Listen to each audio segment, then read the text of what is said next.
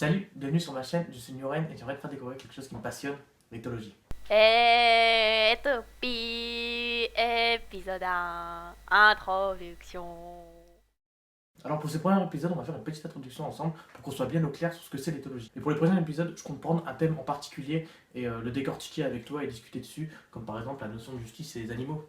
Teasing de qualité. Alors avant tout, on va se poser la question de c'est quoi l'éthologie. L'éthologie vient du mot ethos qui signifie mœurs et logos qui signifie science. Donc étymologiquement, si on résume les deux, ça voudrait dire la science des mœurs.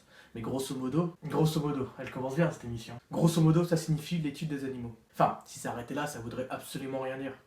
L'éthologie, c'est en fait l'étude du comportement animal dans tous ses milieux de vie, y compris la nature, que la domestication, que être en cage, etc. Enfin bref, t'as compris. Alors avant tout, il faut savoir que l'éthologie, c'est une science, donc il y a tout le tralala qui vient derrière.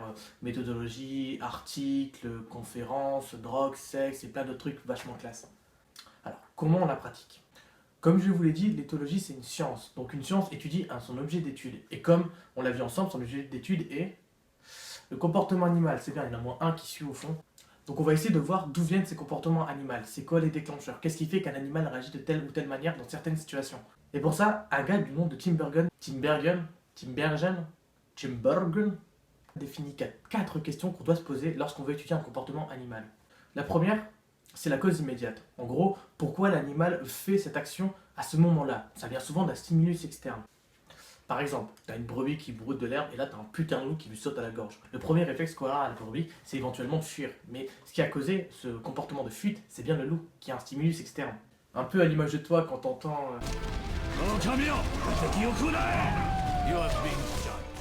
Donc le stimulus externe, là c'est le loup qui a déclenché la fuite chez l'animal. La seconde, c'est la cause ontogénique. Bon en vrai ça peut vous faire peur un peu comme ça, mais il n'y a vraiment rien de sorcier. Pour faire simple, et avec animal, on ne réagit pas tous de la même manière dans une situation donnée. Outre le facteur génétique, notre personnalité a été forgée par nos expériences personnelles. Par exemple, imaginons que tu es dans un bar, et là tu vois une fille ou un mec qui te plaît bien, et que tu as bien envie d'aller l'aborder. Imaginons que si, dans ton expérience passée, tu as déjà connu plein de râteaux, peut-être que tu vas te dire... Et ça, c'est tes expériences passées qui t'ont permis de produire ce comportement. Et bien c'est ça la cause ontogénique. Et cela est applicable aussi bien aux hommes qu'aux animaux, parce que oui, même les animaux ont des personnalités. Quand on parle d'ontogénèse, c'est pour parler du développement de l'individu. Ça peut aller du moment où l'embryon se forme jusqu'à ce que l'individu clame.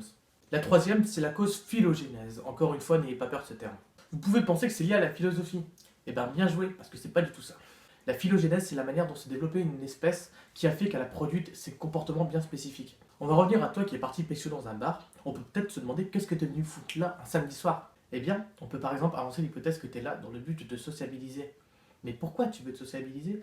Eh bien, peut-être parce que l'humain, au fur et à mesure de son évolution, s'est regroupé afin de mieux survivre.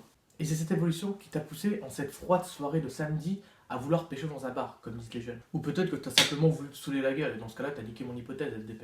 Et la dernière, c'est la cause fonctionnelle. C'est ce à quoi va te servir ce comportement. On va finir avec notre exemple. En gros, c'est pourquoi t'es allé pécho. Mais là, je te renvoie à une vidéo d'un certain Dirty Biology, pas trop connu. Je pense qu'il pourra t'aider. Bon voilà, maintenant vous savez comment procède un éthologue quand il veut travailler sur un comportement animal afin de mieux le comprendre. La dernière question, c'est dans quel but? Alors c'est une excellente question, merci moi de me l'avoir posée. On peut souvent se poser la question de l'utilité de certaines recherches en éthologie. Comme je vous l'ai dit, l'éthologie c'est une science expérimentale, mais avant tout une science, et par définition c'est un regroupement de connaissances. Ainsi, je vois une science comme plein de morceaux de puzzle qui représenteraient nos interrogations. Et c'est quand nous les avons toutes assemblées qu'on arrive vraiment à comprendre une science. Quand il ne faut pas oublier que même si nous ne faisons plus partie du monde sauvage, on en vient.